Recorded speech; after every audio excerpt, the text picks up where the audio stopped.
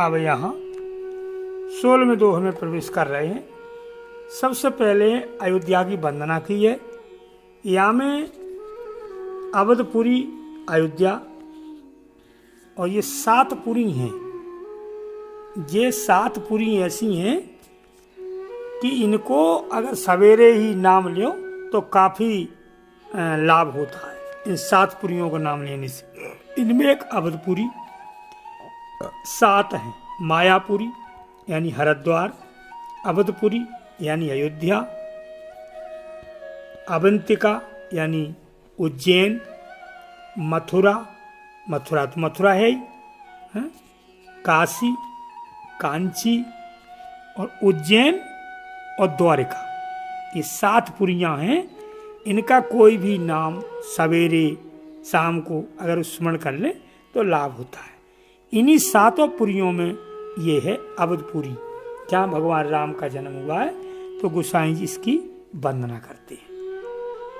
यहाँ मायना है कलुष, कलुष माने पाप, नसावन यानी नष्ट करने वाली। यहाँ जो सरजू नदी है वो सभी पापों को नष्ट करती है स्नान करने से, और ये भगवान की कथा ये भी सभी पापों को नष्ट करती है। और इसके बाद अयोध्या में जो स्त्री पुरुष हैं, नर नारी, नर माने पुरुष, नारी माने स्त्रियां, इन सब की मैं वंदना करता हूँ। क्यों वंदना करता हूँ कि इनके ऊपर भगवान की परम कृपा रही है। वंदनी वे ही हैं जिनके ऊपर भगवान की कृपा रही है। भगवान जिन्हें मिले हैं उन्हीं की वंदना करते हैं संत जन। तो ये भगवान राम की जो अयोध्या में रहने वाले लोग हैं, इनकी भी वंदना इसलिए गोसाई ने की है कि इनके ऊपर भगवान की विशेष कृपा रही है। गए हैं तो इन सबको संग लेके गए हैं। और देखो, एक धोबी ने उन्हें दोष लगा दिया था भगवान राम को, फिर भी उन्होंने उसके ऊपर क्रोध नहीं किया। इतनी कृपा है इनके लोगों पर, इन लोगों पर, अयोध्या वालों पर, इसलिए। और गोसाई जी ने एक जगह तो कागभूषुंड ने कहा है कि जो अयोध्या में एक बार जन्म ले लेते हैं उनको भगवान की भक्ति मिलेगी ही, इसमें कोई संशय नहीं है। इतने भगवान राम अयोध्या वालों को इतना प्रेम करते हैं कि उनको वहाँ जन्म लेने के बाद वे अपना ही बना लेते हैं। तो ऐसे भगवान राम को भी मैं वंदना करता हूँ, और इनके अयोध्या वालों को भी मैं वंदना करता हूँ जिनके ऊपर उनकी विशेष कृपा है। अब बंदो कौशल्या, अब भगवान की माँ कौशल्या को मैं वंदना करता हूँ, जो प्राची यानी पूर्व दिशा में सूर्य निकलता है ना, सबसे उत्तम पूर्व दिशा मानी जाती है जिसमें सूर्य निकलता है।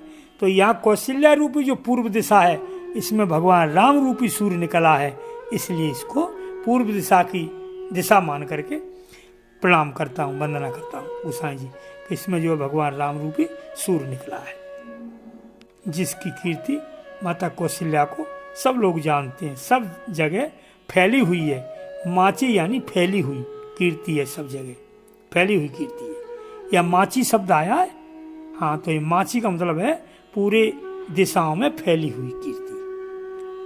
कहते हैं दूसरी चौपाई आई है, प्रगटे जहाँ रघुपति शशि चारु, विश्व सुगध खल कमल तुषार। यानी भगवान जो प्रगटे हैं, मैया कौशल्या ने प्रकट किया है चंद्रमा रूपी, तो चंद्रमा के प्रकट होने से कमल बंद हो जाते हैं। यहाँ कमल कौन से हैं? दुष्ट रूपी जो कमल हैं वे भगवान राम के प्रकट होने से सकुड़ जाते हैं, बंद हो जाते हैं।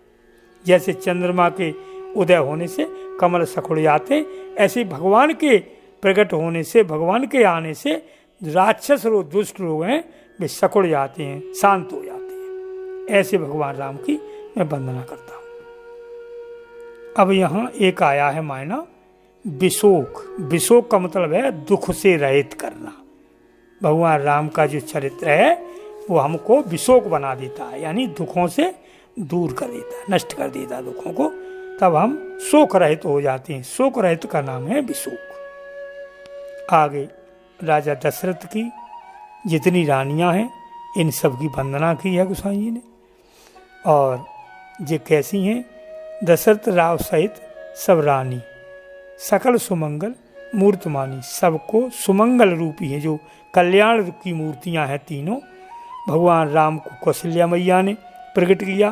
तो इन्होंने ये क्या है, भगवान राम कौन है, ज्ञान स्वरूप। तो ज्ञान स्वरूप जो है उन्होंने, कौशल्या ने ज्ञान को प्रकट किया, कैकेयी ने प्रेम को प्रकट किया और सुमित्रा ने शत्रुघ्न यानी शत्रुओं को नष्ट करने वाले शत्रुघ्न को, और लक्ष्मण यानी शेषनाग साक्षात जो वैराग्य स्वरूप हैं इनको प्रकट किया। तो जिन्होंने चार, यहाँ राजा दशरथ के यहाँ 4 चंद्रमा प्रकट हुए। 4 चंद्रमा कौन बोलते, चंद्रमा तो एक ही होता है, लेकिन ये चारों भाइयों को चंद्रमा की उपमा दी जाती है, इसलिए 4 चंद्रमा है और चारों में एक एक गुण है। भगवान राम ज्ञान स्वरूप हैं, लक्ष्मण वैराग्य स्वरूप हैं और भरत प्रेम स्वरूप हैं और शत्रुघ्न शत्रुओं को नष्ट करने वाले हैं। जो हमारे अंदर के शत्रु हैं, काम क्रोध आदिक, इन सबको नष्ट करने वाले हैं। इसलिए इनका अवतार है चक्र का, शत्रुघ्न का चक्र का अवतार है। तो चारों भाई 4 चंद्र माने जाते हैं। 4 चंद्रमा यानी चंद्रमा की उपमा इन चारों को दी जाती है, चारों भाइयों को, और चारों के अलग अलग गुण हैं, मैंने आपको बताया। यहाँ तीनों रानियों को मंगल यानी कल्याण की मूर्ति कहते हैं। तो मंगल कब होगा, ज्ञान हो है, तो कौशल्या है भक्ति स्वरूप, जिनसे भगवान राम प्रकट हुए, क्योंकि भक्ति का बेटा है ज्ञान वैराग। और कैकेयी श्रद्धा स्वरूप है और सुमित्रा ममता स्वरूप है। इस तरह से सुमित्रा जो है भावना स्वरूप है। तीनों माताएं तीनों गुणों को देने वाली हैं। माता सुमित्रा से भावना, माता कैकेयी से श्रद्धा और मैया सुमित्रा से, कौशल्या से ज्ञान। अब इसका मतलब ये नहीं है कि कैकेयी ने तो बहुत बुरा काम किया फिर उनको श्रद्धा, अरे भैया काम कैकेयी ने बुरा काम नहीं किया, वो तो होनी के बस शारदा मैया ने, देवताओं ने कुचक्र रच के कैकेयी की बुद्धि को पलट कर ये काम करवाया। न कि कैकेयी मैया की ऐसी मति नहीं थी, शुरू से ऐसी मति नहीं थी। वो तो राम को प्राणों से भी ज़्यादा प्रिय समझती थी, ज़्यादा से ज़्यादा। लेकिन जब होनी आती है तो बड़े बड़े लोगों की बुद्धि खराब हो जाती है। और जहाँ पर देवताओं का कुचक्र हो, वहाँ फिर बुद्धि क्यों नहीं खराब होगी। तो ये तो सब काम देवताओं का कराया हुआ था। यहाँ भी राम जी, जब चित्रकूट में राम जी भरत से मिले तब उन्होंने कहा था कि मैया कैकेयी को वही दोष देगा जिन्होंने साधुओं की संगत नहीं की, इसलिए मैया कैकेयी को कोई दोष ना दे। और वास्तव में उनको दोष था ही नहीं, वो तो देवताओं का किया हुआ काम था। ठीक, प्रणाम मैं किस लिए कर रहा हूँ, गोसाई जी कह रहे हैं मैं प्रणाम इसलिए कर रहा हूँ कि ये तीनों रानियां हमारे ऊपर कृपा करें। कैसे, सुत सेवक जान के, बेटा और सेवक, एक तो बेटा दूसरा सेवक। बेटा होए और होए कपूत तो बाप भाव बनेगो, और बेटा होए और सेवक होए सपूत होए तो बाप कितनों भाव बनेगो। इसलिए कह रहे हैं गोसाई जी कि मैं 2 रिश्ते बना रहा हूँ, एक तो बेटा और दूसरा सेवक। बेटा और सेवक दोनों समझ करके हमारे ऊपर ये माताएं कृपा करें, इसलिए इनको मैंने वंदन किया है। जिनकी रचना करके ब्रह्मा बड़ा हो गया। ब्रह्मा अपने को धन्य मानता है, क्योंकि ब्रह्मा तो सभी बनाए हैं ब्रह्मा ने। लेकिन एक जगह जब राम जी चित्रकूट में गए तो वहाँ सखियों ने कहा है, जो वहाँ मिली हैं जो सखियाँ राम सीता जी को, उन्होंने कहा है, आपस में बातें कर रही थी कि ये ब्रह्मा के बनाए नहीं है। तो फिर ब्रह्मा जी कह रहे हैं कि ब्रह्मा के बनाए ये तो नहीं है, लेकिन इनके माता पिता को तो हमने ही बनाया है।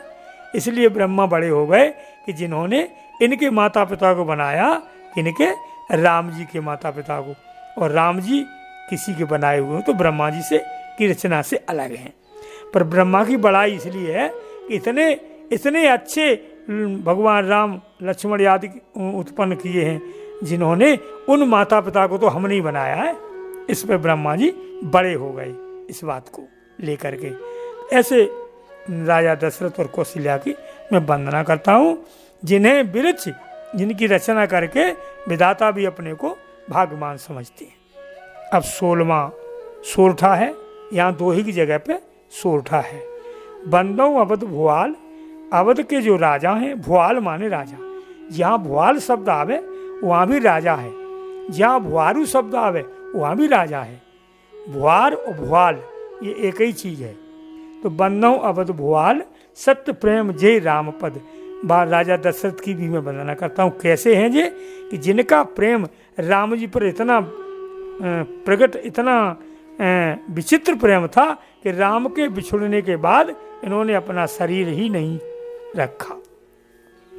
अब यहाँ एक लोग कुछ प्रश्न, किसी ने एक संशय किया, संकल्प किया है या संदेह किया है कि भगवान राजा दशरथ को इतना, राजा दशरथ भगवान राम पर प्रेम करते थे, तो जब विश्वामित्री ले गए राम जी को, वो तो काफी दिन के लिए ले गए थे, तब तो उन्होंने प्राण नहीं दिए।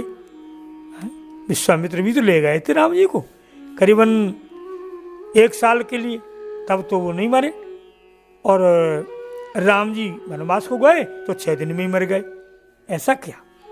तो इसका समाधान ये मानो कि जब विश्वामित्र ले गए थे तब उन्होंने, वो राम अकेले नहीं गए थे, वो उन्होंने विश्वामित्र के सानिध्य में दिए थे। तो जो कोई किसी को सौंप दे, कोई चीज़ सानिध्य कुछ किसी का बना देते हैं तो उसकी चिंता नहीं रहती। जैसे मान लें आप कोई अपनी चीज़ किसी को धरोहर में दे दो तो उसकी चिंता नहीं होगी, क्योंकि जिसको धरोहर दिया है उसे चिंता होगी।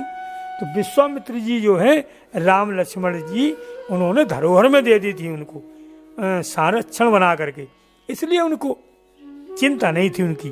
और जब वनवास को गए थे तब अकेले गए थे, इसलिए उनको वियोग ज्यादा हुआ, इसलिए वियोग के कारण मर गए। दूसरी बात, श्राप भी था श्रवण कुमार का, इन बातों से उनका हुआ।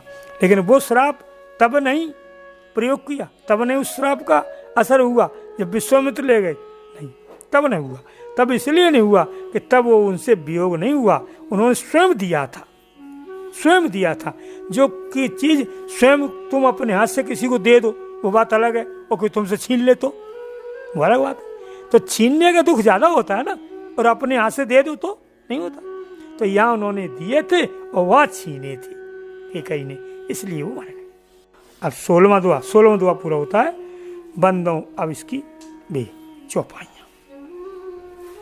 बंदहूँ अवधपुरी यति पावन, सरजू सम कल कलुषन सावन। प्रणबहु पुर नर नार बहोरी, ममता जिन पर प्रभु इन थोरी। सिय निंदक यग योग नसाए, लोक विशोक बनाए बसाए। बंदो कौशल्यादिस प्राची, कीरत जासु सकल जग माची। प्रगटे जा रघुपति सस्य चारु, विश्व सुखद खल कमल तुषारु। दशरथ राव सहित सब रानी, करो प्रणाम सुमंग। दशरथ राव सहित सब रानी, सकल सुमंगल मूर्ति मानी। करो प्रणाम करम मन बानी, करो कृपा सुत सेवक जानी। जिन्हें बिरच बड़ भयउ विधाता, महिमावत राम पितु माता। बंदौ अवध भुआल, सत्य प्रेम जय राम पद। बिछुरत दीन दयाल, प्रिय तन तृण युव परिहरेउ। इतना प्रेम था राम का कि जो राम जी को बिछुड़ते ही इन्होंने अपना शरीर ऐसे छोड़ दिया जैसे कोई तिनुका को छोड़ देता है। तिनुका को छोड़ने से कोई कष्ट नहीं होता, ऐसे भगवान ने एकदम, राजा दशरथ ने शरीर को अपने को भगवान राम के विरह में तिनुका की तरह छोड़ दिया, कोई लगाव नहीं रखा उससे। ऐसे भगवान राम के लिए राजा दशरथ को, शरीर छोड़ने वाले राजा दशरथ की मैं वंदना करता हूँ कि भगवान राम के प्रति इनका कितना प्रेम था, जिनके बिछुड़ने से इन्होंने अपने शरीर को भी नहीं रखा। ये आपका 16वां दुआ पूरा हुआ। जय श्री राम, श्री राम।